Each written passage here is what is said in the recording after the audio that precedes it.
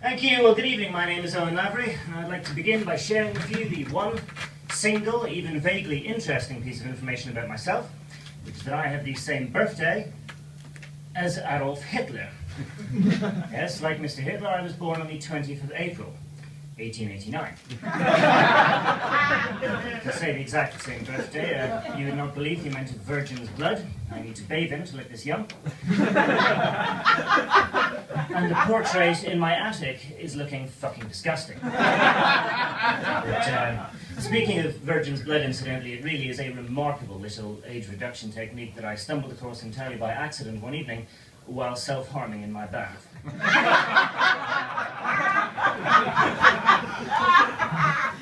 You'd laugh a little less at that one. Yeah. But, although obviously I was not really born in 1889, but I do have the same birth date as Hitler, that is true. And not only that, but even though I was born and raised in Northern Ireland, I do actually have a family connection to the Germany of World War II. The thing is, my grandfather, he is actually German. He fled Germany with my mother and grandmother to escape the Dresden bombings in 1945. And I mean, I like to think that says a lot about my dear old grandfather. I like to think it says a lot about his bravery and courage.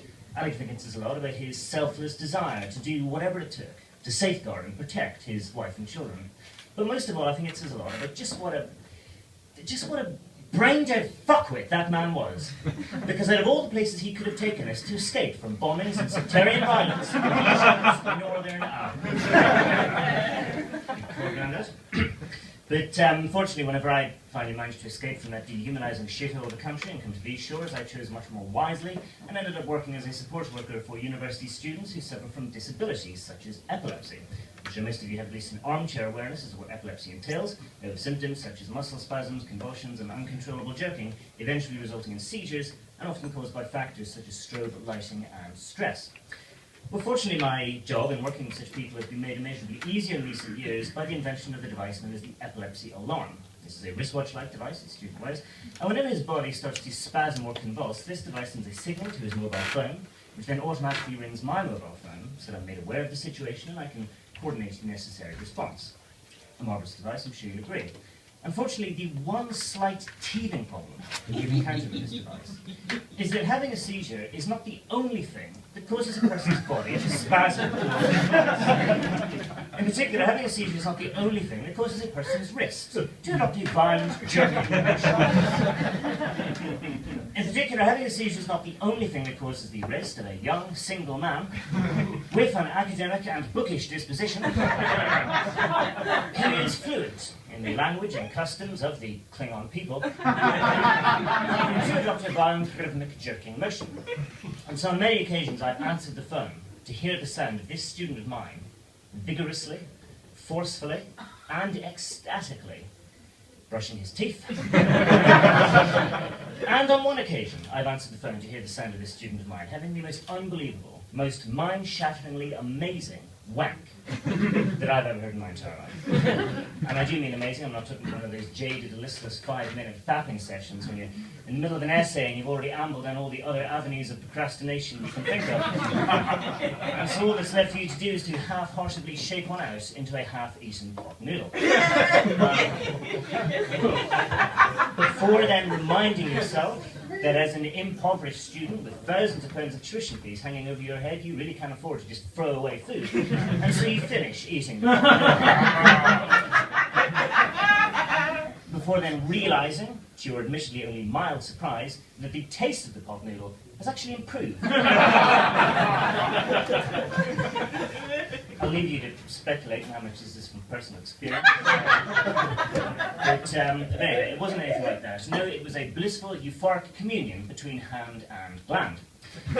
Or at least that's what I came to realise with the benefit of hindsight. The thing is, I only just started working with this guy. I'd never actually witnessed a seizure before. You know, I didn't know what they sounded like.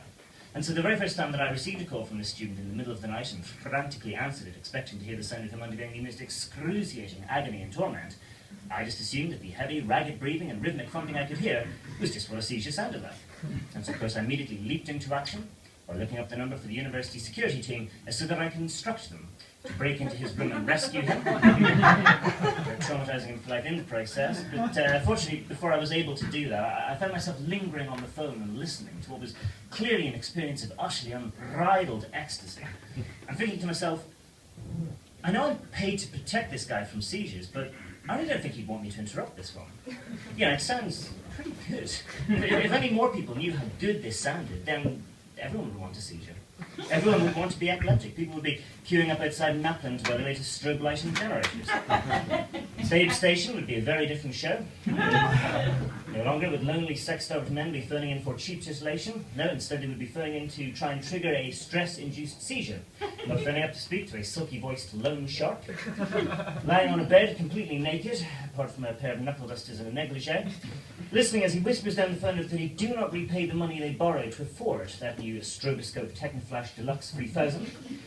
And then we can expect to receive a gentle reminder in the form of a broken leg. A baby. But eventually, of course, I realised the penny dropped. I realised my student was not having a seizure. His phone had simply phoned me by mistake. So, of course, I immediately gave him his privacy by putting down my phone and going back to my pot noodle.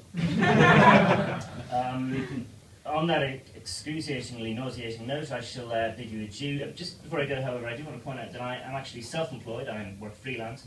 I don't know if anyone would be interested in booking my services, if anyone has a child who has a disability, and I'm thinking of hiring a professional to listen to the masturbate. Also, on a less overtly comedic note, I also would like to shamelessly plug a stand-up evening that I'm running, which is a fundraiser for the Norwich Green Party. This will be on October the 2nd at the Bicycle Shop. 7 absolutely amazing comedians, 8 if you can count myself. No one ever does. But we did 7 amazing comedians, all of which I think have performed here at the Comedy Crypt. Or at least that's where I nicked from anyway. But yeah, so do feel free to come along. And then on one final note before I finish, I would just like to take a brief moment to acknowledge the passing of that greatest of comedy actors, Gene Wilder. I'm sure everyone was suitably saddened to hear of his death. In fact, I feel it's a really moving testament to the huge esteem within which he was held, that the immediate reaction of almost everyone I know when they heard his death was to go out and buy all of his films. I mean, I just found that really touching. In fact, the only person I know who didn't go out and buy any of his films after his death was none other than myself. And the reason that I didn't buy any of his films, and had no intention of buying any of his films now that I know that he's dead, is because by sheer coincidence, by eerie prophetic coincidence, I had actually bought all of his films the day before he died. Now, on the one hand, that means that I was able to spend the next few days sat in front of the TV reminding myself of how absolutely wonderful he was. But on the other hand, it does mean that I'm now way too scared to go out and buy all those Woody Allen films and everything, in case of some awful connection and the same thing happens to him. So I think what I'll probably just do is play it safe and go out and buy 16 copies of Piers Morgan's autobiography. I've been on Lavery. Thank you very much. Goodbye.